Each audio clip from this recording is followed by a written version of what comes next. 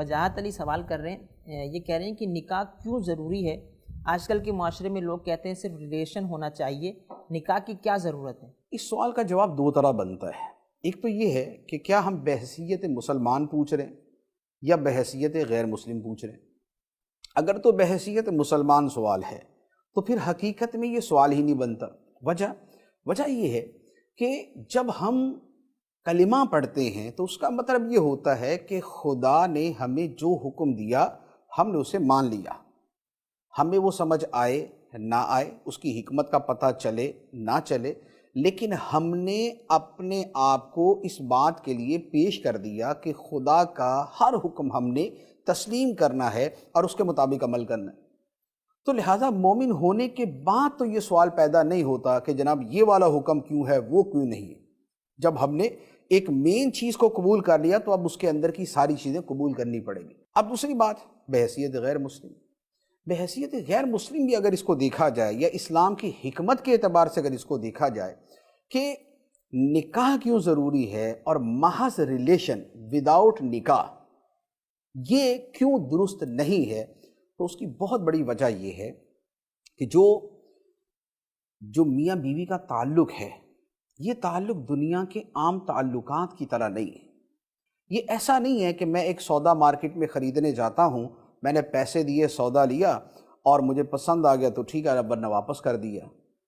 میاں بیوی کا جو تعلق ہے یا جو مرد و عورت کا تعلق ہے یہ زندگی کے بہت بڑے مین تعلقات میں سے یہ اتنا بڑا تعلق ہے کہ آدمی کا اپنی سلطنت، اپنی ریاست، اپنی حکومت سے جو تعلق ہوتا ہے یہ اس سے بھی بڑا ہے۔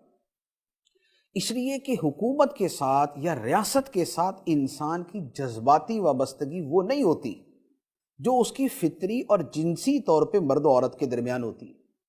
اب یہ رشتہ اگر آوارہ قسم کا بن جائے کہ ریلیشن کا مطلب تو یہ ہے کہ دل کیا تو اس سے جوڑ لیا، دل کیا تو اس سے جوڑ لیا، دل کیا تو اس سے جوڑ لیا، آج رات اس کے پاس، کل رات اس کے پاس، پرسوں رات اس کے پاس، تو یہ وہ چیز ہے کہ جو انارکی پیدا کرتی ہے، جو ایک دوسرے کے ساتھ دشمنی پیدا کرتی ہے اور جس کا نتیجہ خاندانی نظام کی تباہی کی صورت میں نکلتا ہے۔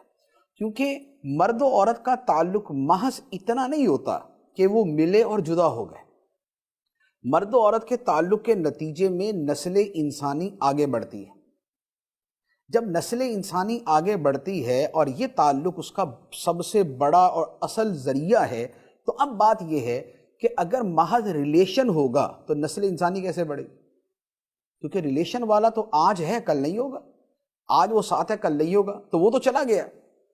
لیکن یہ جو بعد میں بچہ پیدا ہوا اس کی ذمہ داری کس کے اوپر ہے؟ تو اس کا مطلب یہ ہوا کہ یہ آدمی تو اپنا جو ہے وہ انٹرٹین ہو کے اور انجوائمنٹ کر کے یہ تو نکل گیا، لیکن اس کے بعد ایک وجود، ایک انسان کو دنیا میں لا کے یہ فارغ ہو گیا۔ اب پوری زندگی دوسری جو ہے وہ قسم جو ہے وہ بھگتتی رہے، دوسرا فریق بھگتتا رہے۔